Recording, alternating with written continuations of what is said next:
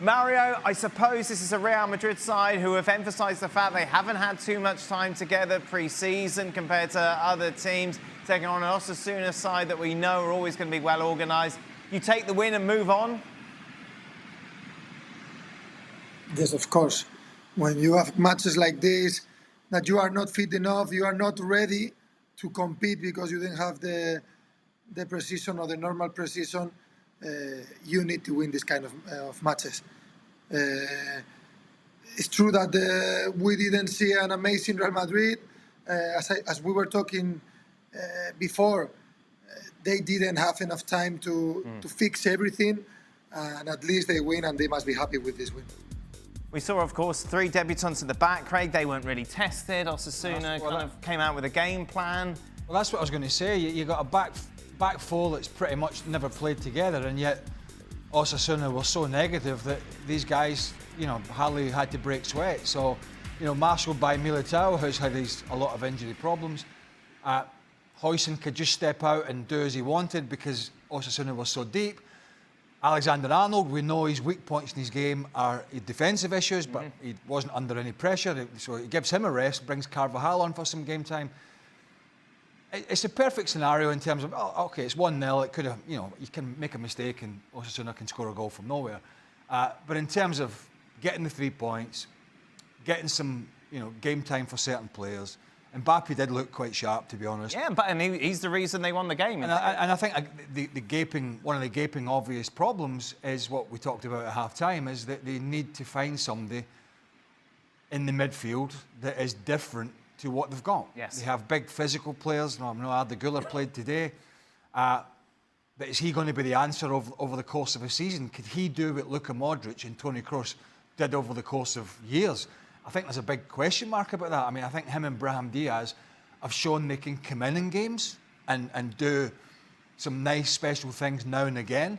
But Real Madrid need to do what Pedri's been doing, certainly in the last season or two for Barcelona, what Modric and Kroos did for years for Real Madrid, which was pass the ball and prod and break down defences. And I think in games that are tight like this, I think that is glaringly obvious that it's missing. Whether they have the money or the appetite to go out and try and do some business before the end of the transfer window, I don't know. But that's certainly one of the areas, and it was very evident in the first half, that that's a position that they struggle in. They had the comeback from Dani Carvajal that I think when he's fit, he's going to play as a starter, because Trent Alexander-Arnold is struggling right now a bit, or is not showing the level he has shown everybody at Liverpool.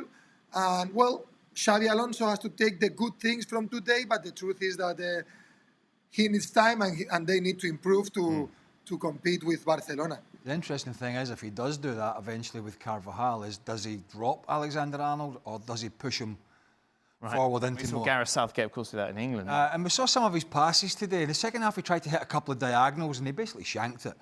And that was a big part of his game at Liverpool. He was arguably the best passer of the ball in the Liverpool team, maybe even in the Premier League, and that's saying something.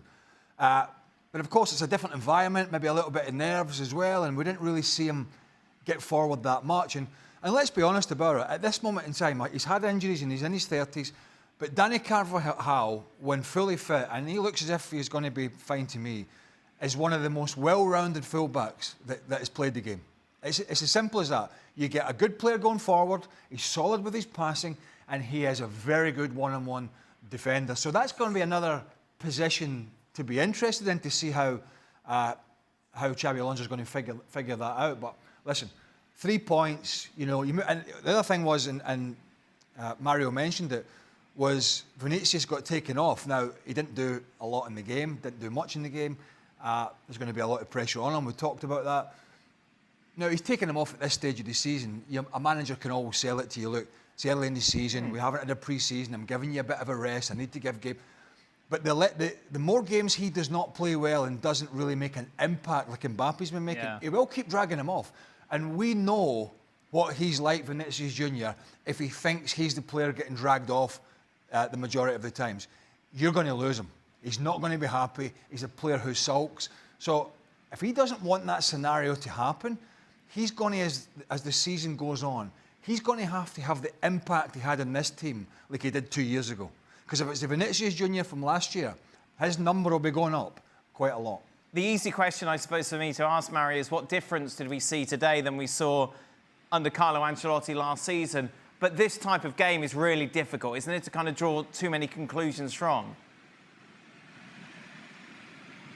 Just the new faces, because as we were saying, one of the things that Xavi wants to do is to press high. We saw during the preseason, and today you face a team that every time they get the ball, they play long. So you cannot do that high pressure. You cannot steal the ball closer to the opposite goal. So as we were saying, today was a day to win, to take the positive things, the minutes from the new ones, the minutes from Mastantuono, from Carvajal, getting back from the injury, 90 minutes from Militao after the injury.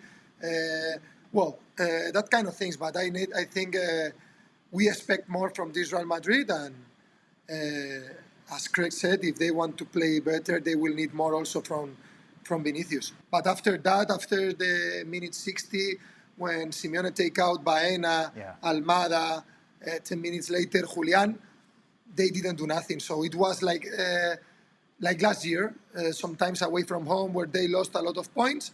And this season, if you want to be fighting for the title longer than March, then is when they stopped fighting last season, you cannot lose this type of matches. So they need time also. I think they need another striker. Let's see what happens with Conor Gallagher, because there are a lot of rumors around him.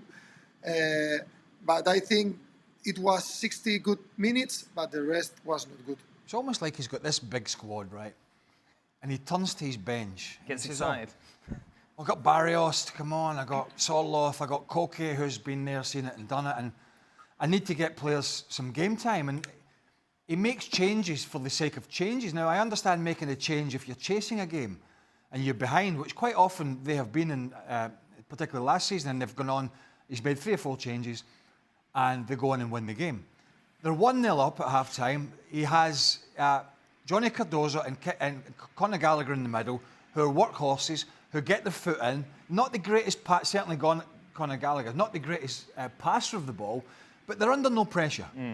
And as Mario will tell you, certainly, when you make changes to such an important position in the team as central midfield, it's the engine of every good side, and it just upset the flow. And then after that, he makes more changes, and it wasn't that who was it that played again? Sorry, Espanyol. Espanyol. It wasn't that, I forgot. It wasn't that Espanyol did anything brilliant. Maybe as Sid said at the weekend, they went longer, a little bit quicker. Got some more balls in the box. You saw the great header, but it was more about Atleti than what Espanyol did, because their game was disrupted. Yes. Because he made all these changes, and it's not an anomaly. He does it a lot, and I think from a player's perspective, the continuity and consistency when you're making as many changes as sometimes he does, that it absolutely disrupts the flow of most games. And we'll say thank you very much to Mario. Mario, of course, be very much involved with our coverage on Saturday, because Atletico Madrid taking on Elche. It's Levante against Barcelona. Those games back-to-back live on ESPN+.